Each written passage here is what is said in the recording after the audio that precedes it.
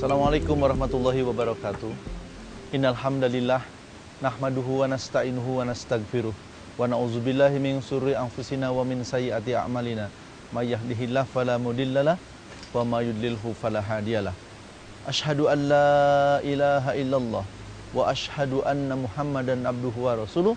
Allahumma shalli ala Muhammad wa ala alihi wa sahbihi ajmain. Qala Allah Ta'ala fi kitabihil karim, a'udzubillahi minasyaitonir rajim.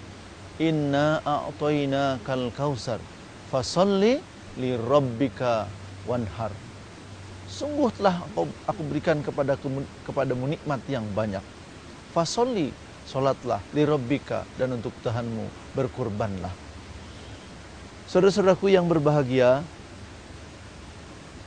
di antara kewajiban yang harus dilakukan oleh manusia adalah berkurban. Berkurban dengan ritual menyembelih binatang ternak.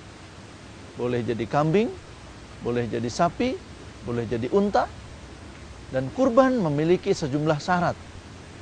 Ternak-ternak yang akan dijadikan hewan kurban memiliki syarat-syarat tertentu.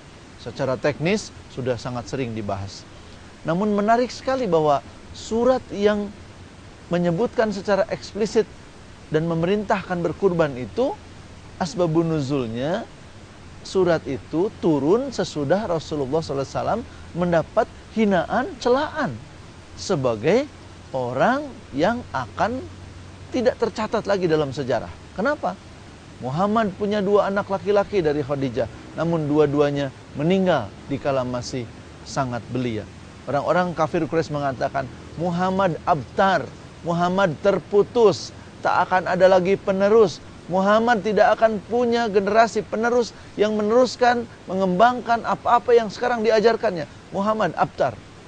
Namun Allah kemudian memberitahukan bahwa tidak, bukan Muhammad yang abtar. Yang akan menjadi abtar adalah mereka, orang-orang yang menghina Muhammad. Kenapa demikian?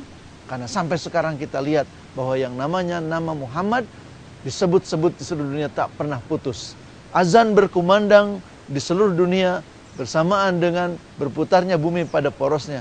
Ketika di satu satuan waktu, di satu tempat azan selesai berkumandang, maka di zona waktu yang lain akan dimulai azan yang baru. Ketika di satu zona waktu berkumandang La ilaha illallah sebagai penanda adzan selesai, maka di zona waktu yang berseberangan atau bersebelahan dengan zona waktu itu, azan justru baru dimulai. Maka Muhammad tak pernah terputus sampai akhir zaman. Namanya disebut bahkan berdampingan dengan nama Allah. Asyhadu an la ilaha illallah wa asyhadu anna Muhammadar Rasulullah. Sangat menarik bahwa surat yang begitu eksplisit menyebutkan perintah berkurban diawali dengan sebuah peristiwa di mana Rasulullah SAW dihinakan, bahkan disakiti secara luar biasa. Kurban yang kita lakukan memiliki setidaknya 2 makna. Yang pertama, kurban yang kita lakukan adalah sebuah proses ritual personal. Kita melakukan kurban sebagai sebuah kewajiban. Berapa kali berkurban? Setiap tahun kita berkurban. Syariatnya 1 ekor kambing untuk 1 orang dan 1 ekor sapi atau unta untuk 7 orang. Namun Rasulullah SAW ketika beliau berkurban, ketika beliau memotong kurban, pada saat beliau berhaji wada, beliau memotong 63 ekor unta. Untuk siapa? Untuk umatku, untuk umatku, untuk umatku. Jadi kurban dalam dimensi yang pertama, dimensi ritual personal. Orang yang wajib berkurban adalah orang-orang yang mampu. Mereka yang mampu berkurban secara ekonomi memiliki kemampuan, tapi tidak mau berkurban, kata Nabi, jangan dekat-dekat tempat sholatku.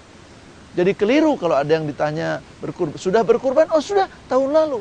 Kurban setiap saat, setiap tahun. Setiap tahun pada hari raya Idul Adha dan 3 hari berikutnya di hari-hari tasyrik kita menyembelih binatang kurban.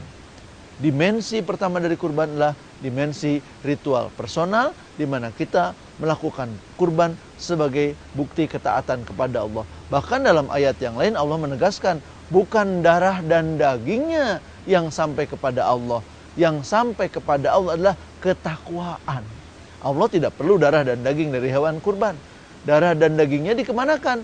Dagingnya, kemudian dibagikan kepada siapa? Kepada orang-orang miskin yang memerlukan. Jadi ini masuk kepada dimensi yang kedua. Dimensi kedua dari kurban adalah dimensi sosial. Dalam dimensi sosial itulah kemudian kita tahu bahwa hewan kurban, hewan yang dipotong, dagingnya dibagikan kepada orang-orang yang memerlukan.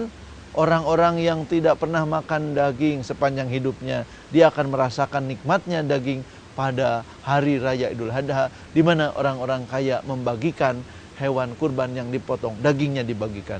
Jadi ada dimensi sosial. Selain itu, ketika kita wajib menyembelih hewan kurban, ini akan menumbuhkan juga usaha-usaha peternakan yang dikelola dengan baik, yang berkelanjutan, yang menjamin ketersediaan hewan kurban pada saat yang sama menjadikan gizi masyarakat menjadi lebih baik. Kurban setidaknya memiliki dua dimensi. Dimensi ritual personal dan dimensi sosial. Dua-duanya menjadi satu jalinan yang sangat indah. Hablum minallah, hablum minannas. Dan kita akan menjadi manusia yang senantiasa menjadi hamba-hamba yang disayangi oleh Allah. Terima kasih. Assalamualaikum warahmatullahi wabarakatuh.